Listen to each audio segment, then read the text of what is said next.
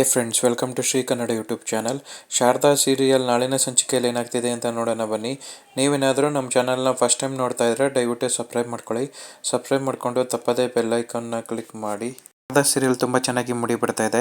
ಶಾರದಾ ದೀಪುಗೆ ಊಟ ಮಾಡಿಸ್ಬೇಕು ಅಂತ ಪ್ಲೇಟಿಗೆ ಅನ್ನ ಹಾಕ್ಕೊಂಡು ಸಾಂಬಾರು ಹಾಕ್ಕೊಂಡು ಅಲ್ಲಿಗೆ ಊಟ ಮಾಡಿಸೋದಕ್ಕೆ ಅಂತ ಜ್ಯೋತಿಕನ್ ರೂಮಿಗೆ ಬರ್ತಾಳೆ. ಅಲ್ಲಿ ನೋಡಿದ್ರೆ ದೀಪು ಜ್ಯೋತಿಕನ್ ಬೆಡ್ ಮೇಲೆ ಕೂತ್ಕೊಂಡು ಮೊಬೈಲಲ್ಲಿ ಗೇಮ್ ಆಡ್ತಾ ಇರ್ತಾಳೆ.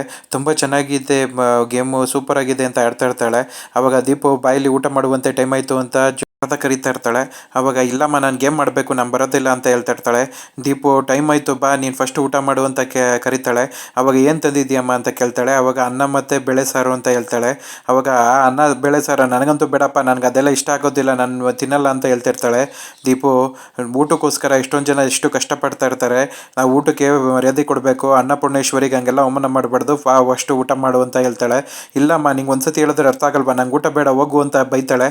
ಆವಾಗ ಜ್ಯೋತಿಕಾ ಬರ್ತಾಳೆ. ಜ್ಯೋತಿಕಾ ಬಂದ್ಬಿಟ್ಟು, ಅಲ್ಲ ಶಾರದಾ, ಮಗು ಅಷ್ಟು ನೀಟಾಗಿ ಹೇಳ್ತಾ ಇಲ್ವಾ ನನಗೆ ಊಟ ಬೇಡ, ನೀನು ಊಟ ತೊಗೊಂಡೋಗು ಅಂತ, ತಿರ್ಗಾ ಯಾಕೆ ಇಲ್ಲೇ ನಿಂತ್ಕೊಂಡು ಅವಳನ್ನ ಕರಿತಾ ಇದೆಯಾ, ಅವಳು ಬರೋದಿಲ್ಲ ಇಲ್ಲಿಂದ, ಹೋಗು ಅಂತ ಹೇಳ್ತಾಳೆ. ಅವಾಗ ನನ್ನ ಮಗುನ ನನಗೆ ಹೆಂಗೆ ಕರ್ಕೊಂಡು ಹೋಗ್ಬೇಕು ಅಂತ ಗೊತ್ತು, ನೀನು ಸುಮ್ಮನೆ ಇರು ಅಂತ ಹೇಳ್ತಾಳೆ. ಅವಾಗ ನನಗೆ ಬೇಡಮ್ಮ, ನಾನು ಊಟ ತಿನ್ನೋದಿಲ್ಲ ಅಂತ ಹೇಳ್ತಾಳೆ ದೀಪು.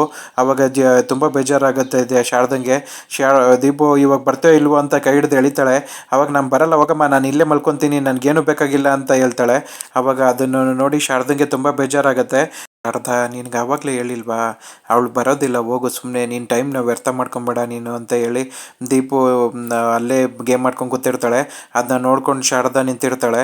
ಅವಾಗ ನಡಿ ನೀನು ಇಲ್ಲಿಂದ ಅಂತ ಹೇಳ್ಬಿಟ್ಟು ಜ್ಯೋತಿಕಾ ಶಾರದನ ರೂಮಿಂದ ಕಳಿಸ್ಬಿಡ್ತಾಳೆ.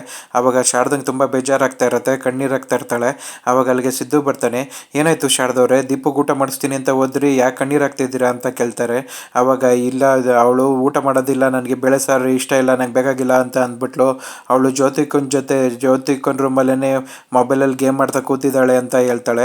ಆವಾಗ ಅವಳಿಗೆ ಸಿದ್ದುಗೆ ಇಲ್ವಲ್ಲ, ದೀಪು ಯಾಕೆ ಹಿಂಗೆ ಮಾಡಿದ್ಲು, ಊಟ ಮಾಡಬೇಕು ತಾನೇ, ನಾನೇ ಹೋಗಿ ಕರ್ಕೊಂಬರ್ತೀನಿ ರೀ ಅಂತ ಹೋಗ್ತಾನೆ. ಅವಾಗ ಅವಳು ನಮ್ಮ ಮಾತನ್ನ ಕೇಳೋದಿಲ್ಲ ರೀ, ಅವಳು ತುಂಬ ಬದಲಾಗ್ಬಿಟ್ಟಿದ್ದಾಳೆ, ಬನ್ನಿ ಹೋಗೋಣ ಅಂತ ಹೇಳ್ಬಿಟ್ಟು ಸಿದ್ದುನ ಕರ್ಕೊಂಡು ಶಾರದಾ ಅಲ್ಲಿಂದ ಹೋಗ್ತಾಳೆ.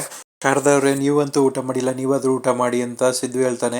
ಇಲ್ಲ ಸರ್, ನನಗೆ ಹೊಟ್ಟೆ ಹಸುವಿಲ್ಲ, ನನಗೆ ಬೇಡ ಅಂತ ಹೇಳ್ತಾಳೆ.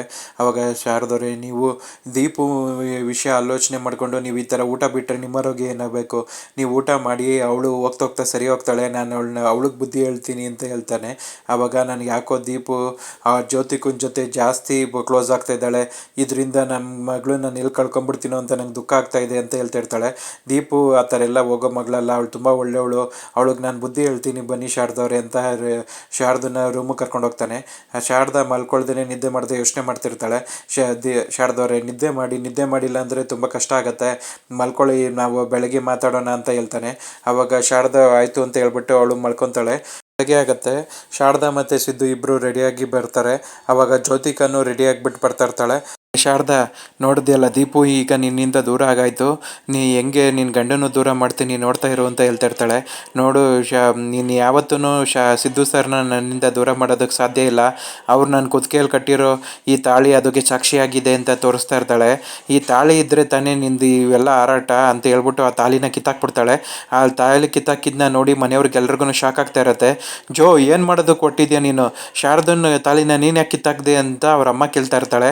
ಅವಾಗ ಅಮ್ಮಮ್ಮ, ಈ ತಾಳಿನೇ ಅಲ್ವಾ, ಇವಳೇನು ನ್ಯಾಯ ನೀತಿಯಿಂದ ಕಟ್ಟಿಸ್ಕೊಂಡಿದ್ದಾಳ, ನನಗೆ ಆ ಚೌಟ್ರಿಲಿ ಮೋಸ ಮಾಡಿ ಆ ಸಿದ್ದು ನಾನು ಕಟ್ಟಬೇಕಾಗಿರೋ ತಾಳಿನ ತೊಗೊಂಡೋಗಿ ಇವಳು ಕಟ್ಟಿದ್ದಾನೆ, ಅದೇನು ನಿಜವಾದ ಮದುವೆ ಅಲ್ವಲ್ಲ, ಈ ಮದುವೆಗೆ 3 ಕಾಸಿನ ಬೆಲೆ ಇಲ್ಲ ಅಂತ ಹೇಳ್ತಾ ಇರ್ತಾಳೆ.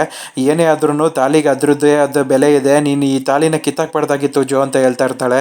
ಆವಾಗ ನೋಡು ಜ್ಯೋತಿಕಾ, ನೀನು ತಾಳಿ ಕಿತ್ತಾಕಿದ್ರಿಂದ ನಮ್ಮಿಬ್ಬರನ್ನ ದೂರ ಮಾಡ್ಬೋದು ಅಂತ ಅಂದ್ಕೊಂಡ್ರೆ ಅದು ನಿನ್ನ ಹುಚ್ಚು ಭ್ರಮೆ ಅಷ್ಟೇ. ನನ್ನ ಶಾರದವ್ರನ್ನ ನೀನು ಯಾವತ್ತೂ ದೂರ ಮಾಡೋದಕ್ಕಾಗೋದಿಲ್ಲ, ನಾನು ಯಾವಾಗ್ಲೂ ಅವ್ರಿಗೆ ಗಂಡನಾಗಿ ಅವ್ರಿಗೆ ಶ್ರೀರಕ್ಷೆ ಆಗಿರ್ತೀನಿ.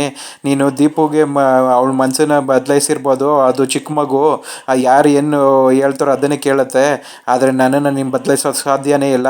ಸಿದ್ದು ಯಾವತ್ತಿದ್ರೂ ಶಾರದಂಗೆ ಸ್ವಂತ ಅಂತ ಹೇಳ್ತಾ ಇರ್ತಾನೆ. ಆವಾಗ ನನಗೆ ಗೊತ್ತು ನಿಮ್ಮಿಬ್ಬರನ್ನ ಹೆಂಗೆ ದೂರ ಮಾಡಬೇಕು ಅಂತ ಜ್ಯೋತಿಕಾ ಚಾಲೆಂಜ್ ಮಾಡ್ತಾ ಇರ್ತಾಳೆ. ಆಗ ದಶರಥಂಗೆ ಕೋಪ ಬರುತ್ತೆ. ಜೋ, ನೀನು ಹೋಗ್ತಿರೋ ದಾರಿ ಸರಿಯಿಲ್ಲ, ನೀನು ಮಾಡ್ತಿರೋದು ತಪ್ಪು, ಏನಕ್ಕೆ ಶಾರದನ ತಾಳಿ ಕಿತ್ತಾಕ್ದೆ ಅಂತ ಕೇಳ್ತಾ ಇರ್ತಾನೆ. ಡ್ಯಾಡ್, ನಿಮ್ಗೆ ಇವೆಲ್ಲ ಗೊತ್ತಾಗೋದಿಲ್ಲ, ನೀವು ಸುಮ್ಮನೆ ಇರಿ ಅಂತ ಹೇಳ್ತಾ ಇರ್ತಾರೆ. ಆವಾಗ ಪಾರಿಜಾತಂಗೆ ತುಂಬ ಖುಷಿ ಆಗ್ತಾ ಇರುತ್ತೆ.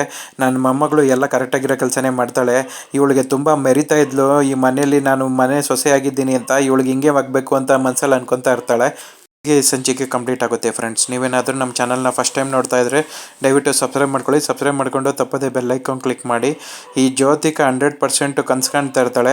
ಕನಸಲ್ಲಿ ಈ ಥರ ತಾಲಿನ ಕಿತ್ತಾಕ್ಬಿಟ್ಟು ನಾನು ಅವರಿಬ್ಬರನ್ನ ದೂರ ಮಾಡ್ತೀನಿ ಅಂತ ಚಾಲೆಂಜ್ ಮಾಡ್ತಾ ಇರ್ತಾಳೆ. ನಿಜ ಜೀವನದಲ್ಲಿ ಅವಳು ಆ ಥರ ತಾಲಿ ಕಿತ್ತಾಕೋದಕ್ಕೆ ಸಾಧ್ಯನೇ ಇಲ್ಲ. ಇದ್ರ ಬಗ್ಗೆ ನಿಮ್ಮ ಒಪಿನಿಯನ್ಸ್ನ ಕಮೆಂಟ್ ಬಾಕ್ಸಲ್ಲಿ ತಿಳಿಸಿ ಫ್ರೆಂಡ್ಸ್. ದೀಪುನ ದೂರ ಮಾಡ್ದಂಗೆ ಸಿದ್ದುನ ದೂರ ಮಾಡ್ಬೋದು ಅಂತ ಅಂದ್ಕೊಂಡಿದ್ರೆ ಅದು ಅವಳು ಹುಚ್ಚು ಭ್ರಮೆ. ಸಿದ್ದು ಶಾರದನ್ನ ತುಂಬ ಪ್ರೀತಿ ಮಾಡಿ ಮದುವೆ ಆಗಿರ್ತಾನೆ. ಮುಂದಿನ ಸಂಚಿಕೆಯೊಂದಿಗೆ ಮತ್ತೆ ಭೇಟಿಯಾಗೋಣ ಫ್ರೆಂಡ್ಸ್. Thank you.